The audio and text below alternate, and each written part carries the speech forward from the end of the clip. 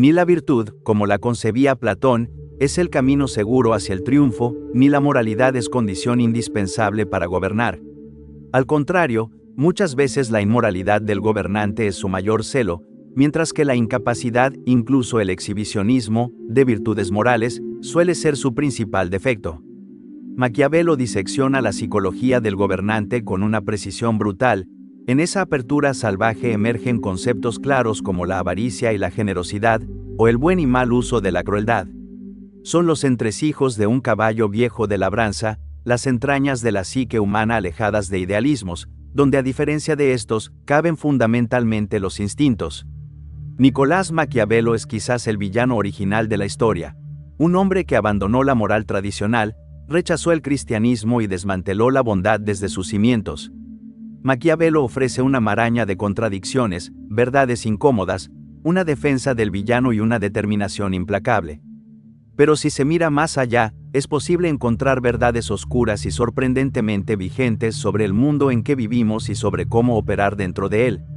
Para entender siquiera un poco su filosofía, es necesario comprender su vida y, en cierta medida, la época en que creció. Nicolás Maquiavelo nació en Florencia en 1469, en el seno de una familia noble, aunque empobrecida. Su padre, Bernardo Maquiavelo, era un abogado con escasos ingresos, pero con una profunda inclinación por las letras clásicas. A pesar de sus limitaciones económicas, el padre de Maquiavelo poseía una pequeña biblioteca que fue crucial para la formación intelectual de su hijo. De ese modo, Nicolás creció rodeado de textos latinos, de historia romana y de autores clásicos como Tito Livio y Cicerón, lo cual marcó profundamente su visión del poder y de la política. Aunque no asistió a una universidad formal, recibió una educación humanista propia del Renacimiento, con énfasis en el latín, la retórica, la filosofía y la historia. Esta formación fue vital, pues lo preparó para observar el comportamiento humano y el funcionamiento de los gobiernos con un ojo crítico y pragmático.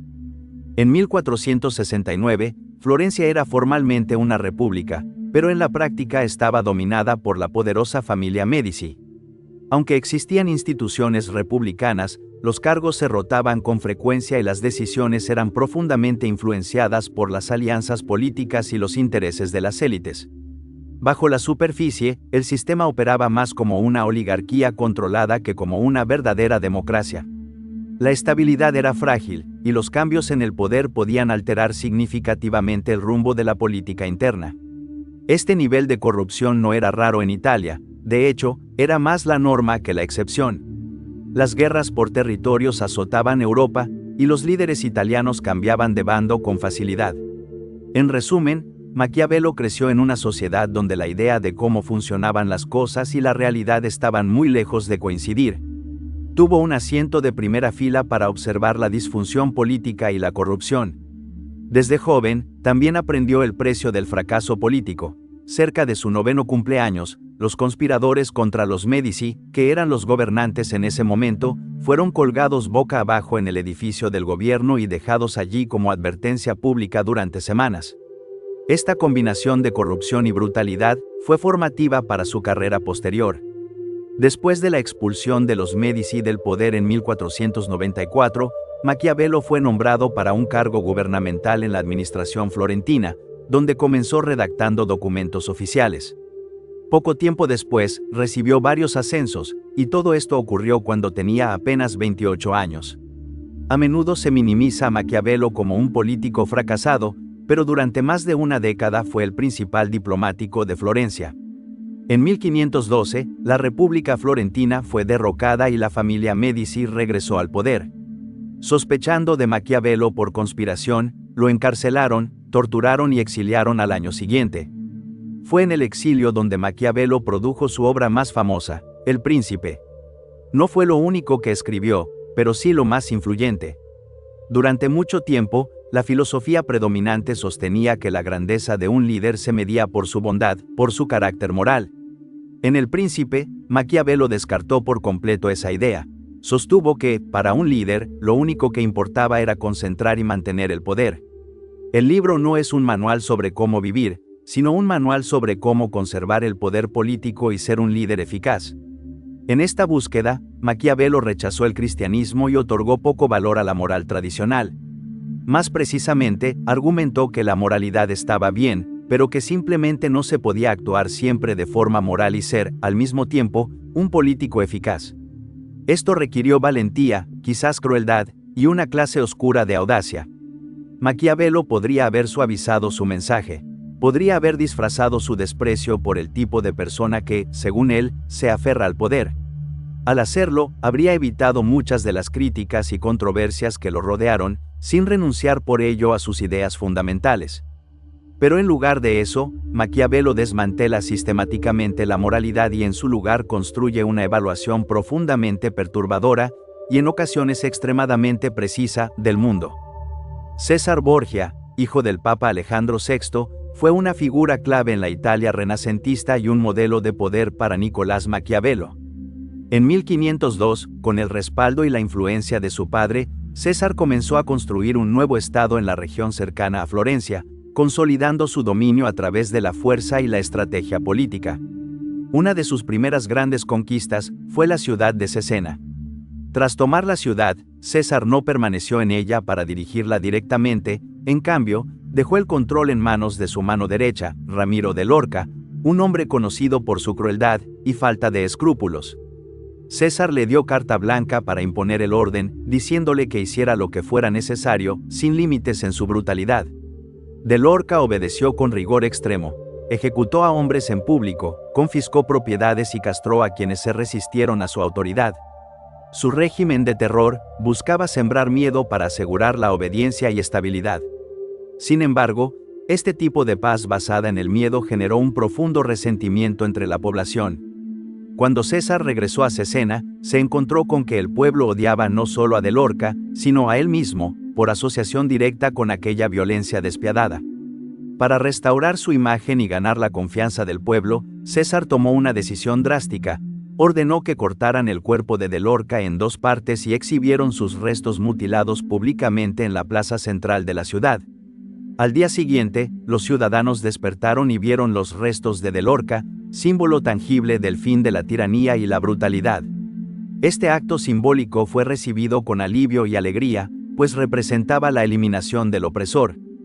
Borgia se dirigió a sus ciudadanos con descarado engaño y les dijo que de Lorca había usurpado el poder y actuado por su cuenta, que él jamás le había otorgado el derecho de cometer tales atrocidades. Les aseguró que los había salvado de esa bestia, y que el nivel de crueldad y desobediencia de Lorca simplemente no podía permitirse en la gran sociedad que estaba tratando de construir. Fue una traición despiadada, severa y retorcida, cometida por Borgia contra uno de sus camaradas más cercanos, pero necesaria para ganar el favor del pueblo y consolidar su poder. Esta acción ejemplifica a la perfección la filosofía de Maquiavelo.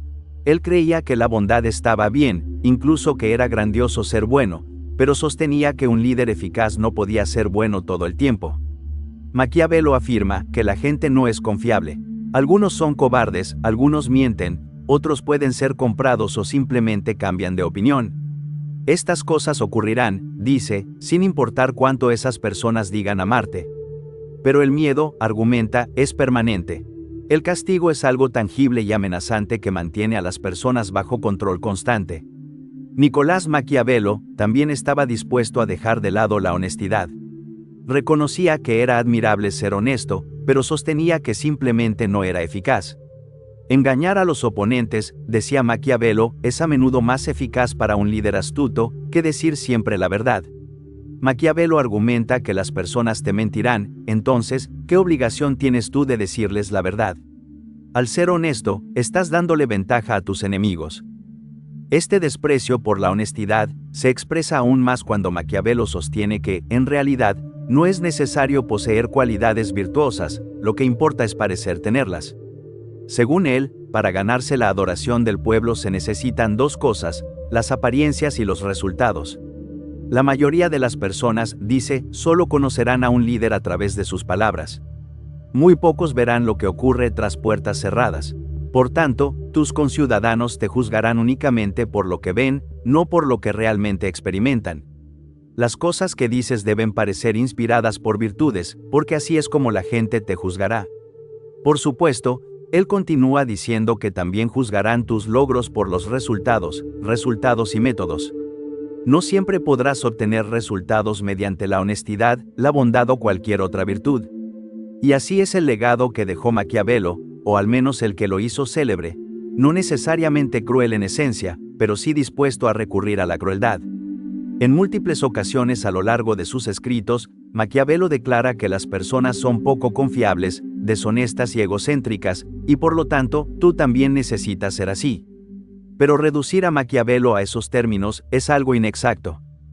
Entre sus escritos existen verdades profundas, quizá inquietantemente profundas. Maquiavelo rechazó abiertamente el cristianismo como un modo legítimo de enfrentar los problemas de la vida. En El Príncipe, escribe con desdén: me doy cuenta de que muchas personas han creído y aún creen que el mundo está gobernado por Dios y por la fortuna, y que por más astutos que sean los hombres, no pueden hacer nada al respecto ni tienen manera de protegerse. Con estas palabras, Maquiavelo se burla de la creencia de que Dios gobierna el mundo y controla nuestro destino. En el fondo, lo que propone es lo siguiente: no es Dios quien decide por ti, eres tú quien tiene la agencia sobre tu vida. Así que haz algo con ella. Como siempre, Maquiavelo adopta un enfoque práctico. Su visión no se limita solo a la política, sino que se extiende a la vida misma como una batalla entre virtud y fortuna. A lo largo de su libro El Príncipe, Maquiavelo se apoya en el concepto de virtud. Por supuesto, la palabra evoca la idea de virtud, pero esa sería una traducción incorrecta. Él no estaba interesado en la simple dicotomía del bien y el mal, sino en la lucha entre el éxito y el fracaso, la necesidad de la fuerza frente a la debilidad. En realidad, no existe una sola palabra que traduzca con precisión el concepto de virtud. Se acercan términos como destreza o fuerza de carácter, pero virtud puede referirse a cualquier cualidad que te permita alcanzar tus objetivos. Puede ser talento, audacia, valentía, astucia, inteligencia o alguna otra habilidad específica. En términos generales, es aquello que transmite una profunda sensación de agencia. Con virtud, uno puede aspirar a la verdadera grandeza. En la vida, la virtud se enfrenta a la fortuna, y podemos decir que la fortuna es un concepto más directo, es la suerte, el destino. Maquiavelo nos dice que la fortuna determina básicamente la mitad de lo que hacemos, la otra mitad depende de nosotros y de nuestra virtud. Maquiavelo compara la fortuna con una tempestad repentina. No puedes evitar que llegue, pero sí puedes reforzar tu casa antes de que ocurra. Puedes asegurar puertas, ventanas y tener provisiones listas. De esta manera, cuando la tormenta te impacte, no te destruye por completo. La fortuna, para él, es impredecible, pero no absoluta. Quien tiene previsión y determinación puede resistirla, y a veces, incluso aprovecharla. Ese es el encuentro entre la fortuna y la virtud. La fortuna, dice, solo tiene poder en los lugares que tú le permites. Con preparación, a través de la virtud, al menos puedes estar listo para enfrentarte a la fortuna cuando llegue. Por el contrario, una misma estrategia que hoy puede llevarte al triunfo, mañana podría conducirte al fracaso, incluso si no cambias nada en tu forma de actuar. Maquiavelo sostiene que esto sucede porque la fortuna es inestable y voluble. Por ello, insiste en que debemos estar siempre preparados para adaptarnos. En otras palabras, mantén tu enfoque en sintonía con las circunstancias. En resumen, evoluciona o perece. Nicolás Maquiavelo también creía que había una bestia dentro del ser humano, que, más allá de cualquier moral que profesemos o practiquemos, habita algo más profundo, un impulso que busca imponerse, satisfacer sus deseos y que está dispuesto a hacer lo necesario para lograrlo. Años después, Carl Jung llamaría a esta parte reprimida de nuestro ser la sombra. Freud la identificaría como el ello, regido por impulsos primarios. Alfred Adler, por su parte, vería en esta dinámica un intento de superar la sensación de inferioridad a través de la lucha por la superioridad. Al igual que estos hombres, Maquiavelo insistía en que no debemos reprimir a esta bestia, ni tampoco dejar que nos controle, sino aprender a trabajar con ella. Sé ético, sé amable y sé justo siempre que puedas, pero en la persecución de un objetivo, sé como la bestia, sé como el tigre que impone respeto con su presencia, sé como el cuervo que evita el peligro observando desde lo alto. Actuar conforme a las leyes, la moral y los métodos humanos, solo te llevará hasta cierto punto. Maquiavelo ofrece una visión profunda al abordar otra dicotomía fundamental: el mundo tal como debería ser, frente al mundo tal como es. Para mí, esta perspectiva es quizás la más inquietantemente precisa de todas sus reflexiones. Él sostiene que existe una brecha muy enorme y evidente entre ambas realidades. Si actúas conforme a cómo debería ser el mundo, en lugar de cómo realmente es, estás escribiendo tu propia destrucción. Maquiavelo básicamente dice: el mundo no es una utopía. Existe bondad en él, pero no es enteramente bueno. Hay trampas, mentiras y amenazas, y necesitas estar alerta ante estas cosas, necesitas actuar de manera que seas resiliente frente a estas realidades. Vive de acuerdo con cómo es el mundo, no con cómo crees que debería ser. Esto, más que cualquier categorización de villanía o maldad, llega al núcleo de la filosofía maquiavélica. Pero a pesar de todas sus ideas y perspectivas, cuando intentamos poner en práctica los principios maquiavélicos, nos encontramos con ciertos problemas. Debemos entender que, en ciertos pasajes, la obra de Maquiavelo es autodestructiva. Observa las cosas que defiende: el engaño, la traición, la crueldad, el oportunismo. Los principios de Maquiavelo, al ser divulgados, se vuelven profundamente antisociales y quizás incluso contraproducentes. Como mínimo, Maquiavelo se sacrificó a sí mismo para exponer su ideología. ¿Quién desearía la compañía de Maquiavelo tras leer El Príncipe? Se podría argumentar que uno preferiría tenerlo de su lado antes que en el bando contrario, pero aunque no fue un político completamente fracasado, Maquiavelo nunca ascendió a posiciones significativas de poder. Nunca redactó constituciones, nunca lideró revoluciones, y nunca estuvo al mando de ciudades ni países. A pesar de toda su teorización, Maquiavelo nunca pareció poner sus ideas en práctica con gran eficacia. De hecho, no existen registros de que haya hecho nada verdaderamente maquiavélico. Pero, aunque su carrera política terminó abruptamente y no logró el éxito que esperaba en ese campo, Maquiavelo siempre siguió interesándose por los asuntos políticos y militares. Fue consultado en ocasiones sobre temas relacionados con los conflictos entre potencias como Francia y España, aunque no tuvo un papel activo en eventos militares concretos. Maquiavelo murió en 1527, relativamente alejado del poder y con una carrera política que muchos podrían considerar corta o frustrada. Sin embargo, su verdadero legado no reside en su vida pública, sino en su obra escrita, que ha influido profundamente en el pensamiento político y sigue siendo objeto de estudio y debate hasta nuestros días. El Príncipe no se publicó durante la vida de Maquiavelo, pero cuando finalmente apareció en imprenta, fue recibido con escándalo. Mientras tanto, en Francia, los conflictos religiosos y políticos amenazaban con desgarrar el país. La nación estaba bajo el gobierno de Carlos IX, pero, al ser joven y enfermizo, quien realmente movía los hilos era su madre, Catalina de Médici. Catalina de Médici, madre de Carlos IX, era una florentina italiana e hija de Lorenzo de Médici, el mismo a quien Maquiavelo dedicó originalmente El Príncipe. En 1572, durante la masacre del Día de Bartolomé, miles de hugonotes fueron asesinados, y Catalina fue ampliamente señalada como la responsable. Uno de los sobrevivientes, el escritor protestante Jean Deleri, escribió una obra en la que describía a Catalina como una lectora obsesiva de Maquiavelo. En ella, consolidó la figura del autor florentino como símbolo de una crueldad calculadora y de una identidad italiana despiadada. Los escritos sacaban la obra de Maquiavelo de su contexto, y los lectores creían entender la filosofía, cuando en realidad lo que estudiaban era un revoltijo de ideas maquiavélicas que parecían abrazar la brutalidad y abogaban por el rechazo total de la virtud. Pero esa fue la versión de Maquiavelo que se popularizó. Esa versión de la escritura de Maquiavelo se trasladó de las élites intelectuales a la cultura popular. El arquetipo maquiavélico, cruel y manipulador, se filtró en obras literarias, y el nombre de Maquiavelo se volvió sinónimo del mal. Realmente, la tesis de Maquiavelo era simplemente que la moral cristiana y el liderazgo político efectivo no siempre eran compatibles. Considero que actualmente la mayoría de las personas probablemente estaría de acuerdo con ese sentimiento. Aunque la marea nunca cambió del todo a favor de Maquiavelo, su filosofía ha sido adoptada por políticos de todo el mundo. Y debe destacarse, estos líderes no fueron simplemente morales o amorales, ni autoritarios o permisivos.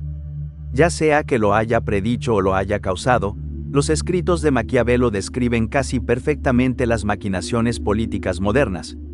Los políticos actuales deben, y lo hacen, mantener una fachada de moralidad, y ojalá actúen conforme a ella cuando sea posible, pero en la práctica, ciertamente existe una separación entre la ética y las ambiciones políticas.